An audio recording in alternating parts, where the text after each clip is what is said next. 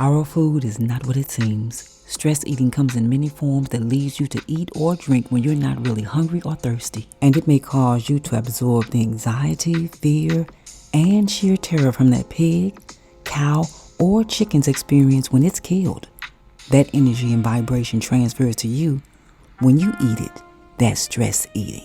Or when something happens to a family member or a friend, depression may kick in, leading to stress eating. And then there's the scientists, the research boys over in the lab with the salt, fat, sugar, and chemicals, figuring out how to overwhelm your brain to keep you coming back.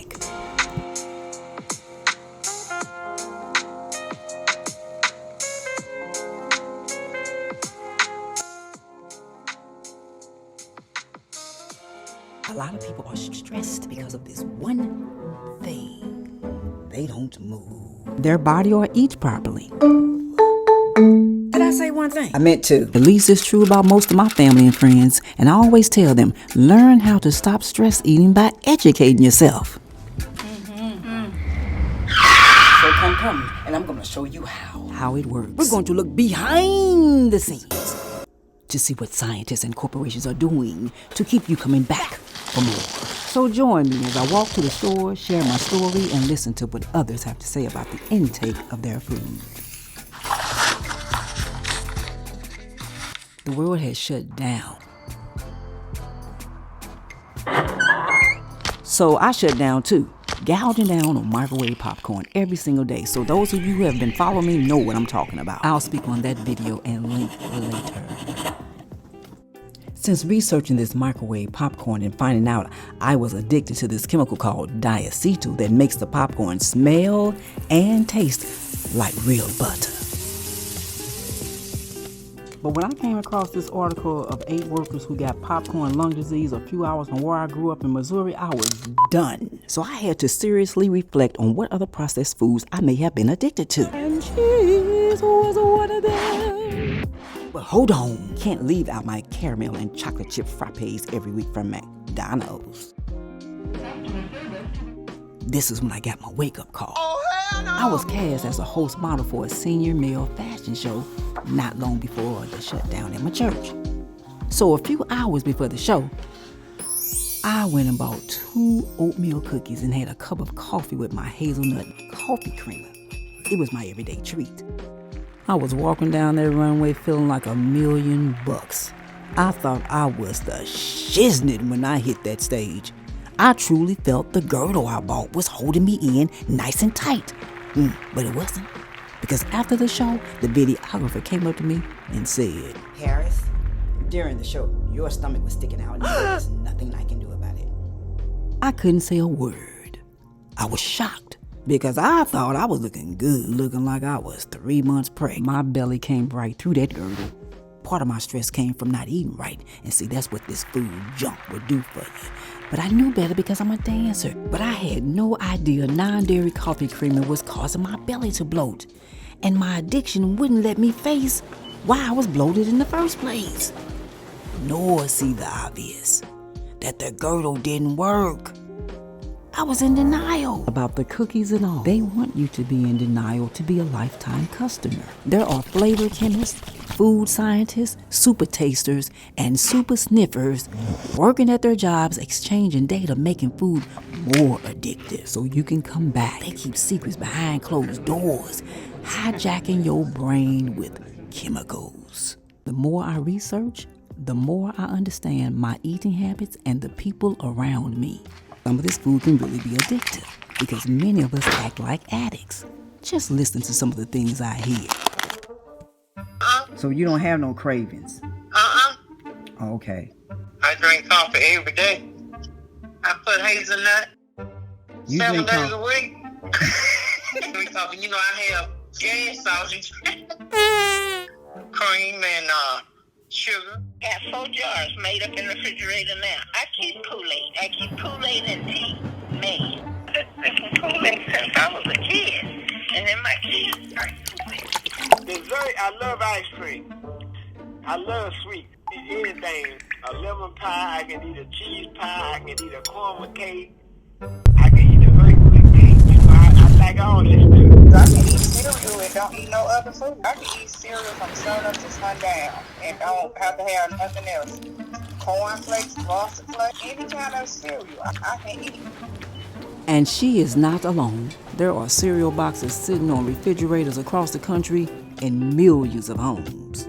And let's not forget, got milk. Milk. It's my kryptonite.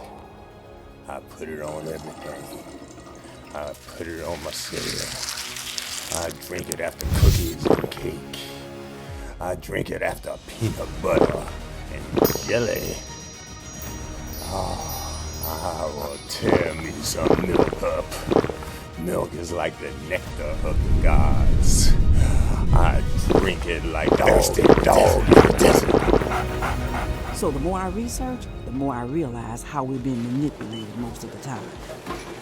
Girl, you ain't live to have Ritz, orange, pineapple. I could drink a 2 liter a day. I don't need no glass. I need a whole 2 liter a day. A day. Turkey bacon, turkey bacon, turkey bacon. That's what you eat every day, I actually do. Give myself a break on the weekends only because I don't really cook breakfast. I didn't use everyone's voice because I'd be here more than an hour if I did. That would be another video. So my point in making this video is to remind you of the dangers of not knowing what's in the foods you eat and how these processed foods will most likely leave you unmotivated, stressed out, confused, and not wanting to move. It doesn't pertain to everybody, but a lot of people are affected and don't even know it, simply by what they're eating and drinking. On down to processed meats and all, from the chemicals. If you can afford it, I would say buy whole foods, organic as much as you can. With the pesticides sprayed on our food, along with what they're doing in these labs, we gotta keep our immune system strong. So foods that will build up your immune systems are greens, beans, onions, mushrooms, berries, and seeds. They're G-bombs. Don't take my word for it. Look it up. Look it up. If you're not growing your own food, you really don't know what's in it. All you can do is the best you can with what you got, with what you know, with what you come into, what you feel. Don't overthink it. Meditate, fast, and pray over it. Make it a habit to read what's on those food containers, because you may be surprised that your allergies may be coming from your kitchen. From ingredients you can't read or pronounce. If you're not bogged down by what you've eaten today, yesterday, last week, get your blood flowing by moving. Don't have to be anything strenuous. Simple walking will do the trick. Now, if you think I'm making this all up, check out the titles at the end of this video and research for yourself. It's your choice, your body. What his body was craving, sugar, and what was really fighting his body. I had to have meat with everything I eat. I eat a whole box of Twinkies.